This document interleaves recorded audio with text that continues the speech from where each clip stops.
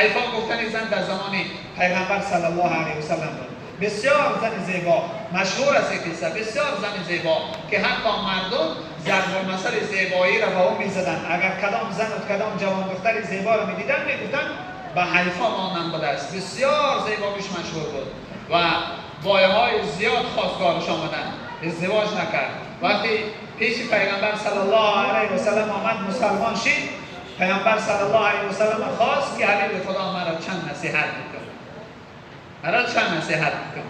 حبیب خدا چند نصیحتش کرد و یکی نصیحت های پیغمبر صلی الله علیه و سلم همی بود که حیفا بچم شوهر کردی و حبیب خدا می تا حال ازدواج نکردیم. راستی با خواستگارها زیاد آمدن اما ما قبول نکردیم. گفت بچم نصیحتی مرا بگیری حتما ازدواج کن.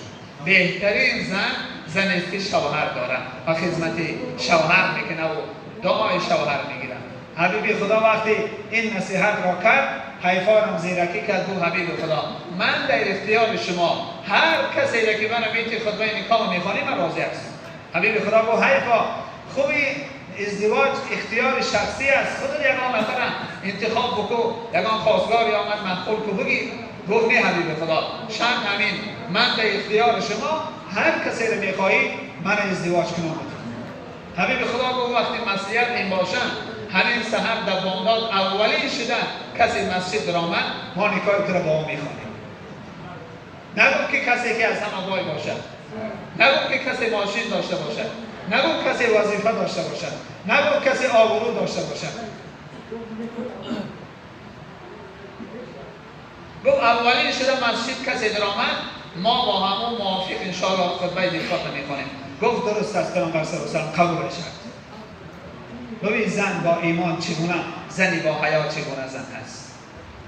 سحر بامداد اولین شده صهیب رومی در آمد رضی الله عنه، صحابه پیغمبر صلی الله علیه و سلم. صهیب رومی یکی از صحابه های فقیر پیغمبر صلی الله علیه و سلم است. نه خانه داشت، نه در داشت، نه مال اموال داشت. اولین شده در آمد نماز بامداد خواندن، حبیب خدا صهیب فریاد کرد، حیفا را فریاد کرد. گفت نزد من بی بچم. آمد گفت حیفا همین صهیب شرط ما درست آمد. گفت قبول از هر چیه که شما بگین حبیب خدا من به وعدم هستم. گفت صهیب زن میگیری؟ پیامبر صلی الله علیه و سلم به صهیب گفت صهیب زن میگیری بچم؟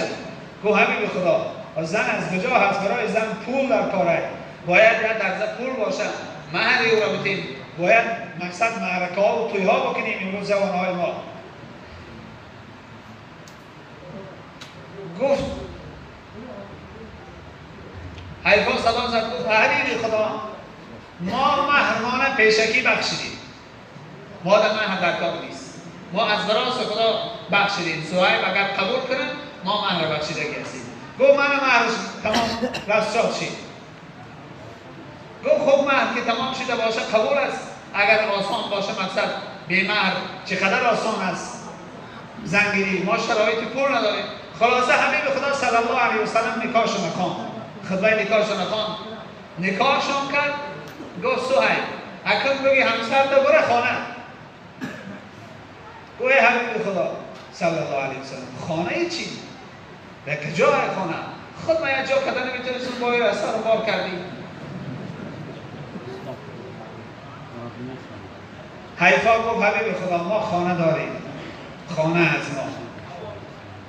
صهیب گفت برای اون دسترخوان کو ولیمه کو، یارو رفیق تفیرات کو، توی تا اعلام بکو. صهیب گفت حبیب خدا من یک پاره نان قاق ندارم بخورم. روزها همین بالای صفحه مسجد تو میشینم که از کجا یک نفر خیبه ارائه کنه و یک پاره نانی به ما برسه.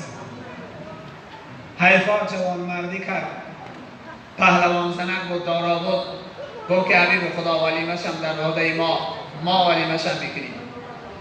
شما بیگاه که گروه صحابه ها رو بگیرین بید بخیرین بالای دسترخوان ما دعا کنین در حق ما، قطع صحابات، قطع بزرگا و قطع شخصیت های نیک. حبیب خدا گفت صلی الله علیه و سلم که صهیب نباشم دستی همسر تو بگه که برد این پس زندگیتان. رفتن از دنبال زندگی. شب اول حبیب خدا صلی الله علیه و سلم حدیث مبارکش هست که شب اول اینقدر شب برکت هست در شب و عروس که پروردگار مهربان اینها رو بسیار امکانیتی بلند دادگی است که هر دعای شب اول بکنن خدا قبول میکنن. هر دعای نیکی شب اول شب یا عروس دعا بکنن خداوند قبول میکنه. این هدیه پدرکه تویانه پروردگار برای شب و عروس است. اما متاسفانه امروز شب و عروس ها رو دعاشون گرفته نمیشه.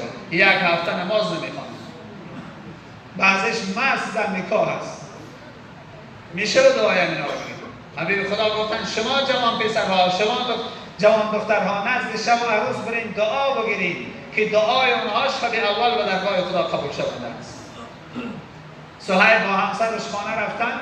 صهیب گفت حیفا رولب مرد زیبا، گفت تو بسیار بهترین نعمت خدا بودی، خدا تو را به من نصیب کرد. من بهترین نعمت پروردگار بودم، خدا مرا به تو نصیب کرد. چی میشه همین شب را به شکر پروردگار بگذرانیم، به طاعت بندگی خدا شکر این نعمت الهی را بکنیم. حیفا گفت چه خوبی میشه اگر به طاعت و بندگی شب اول را بگذرانیم. شب اول ما چگونه میگذره؟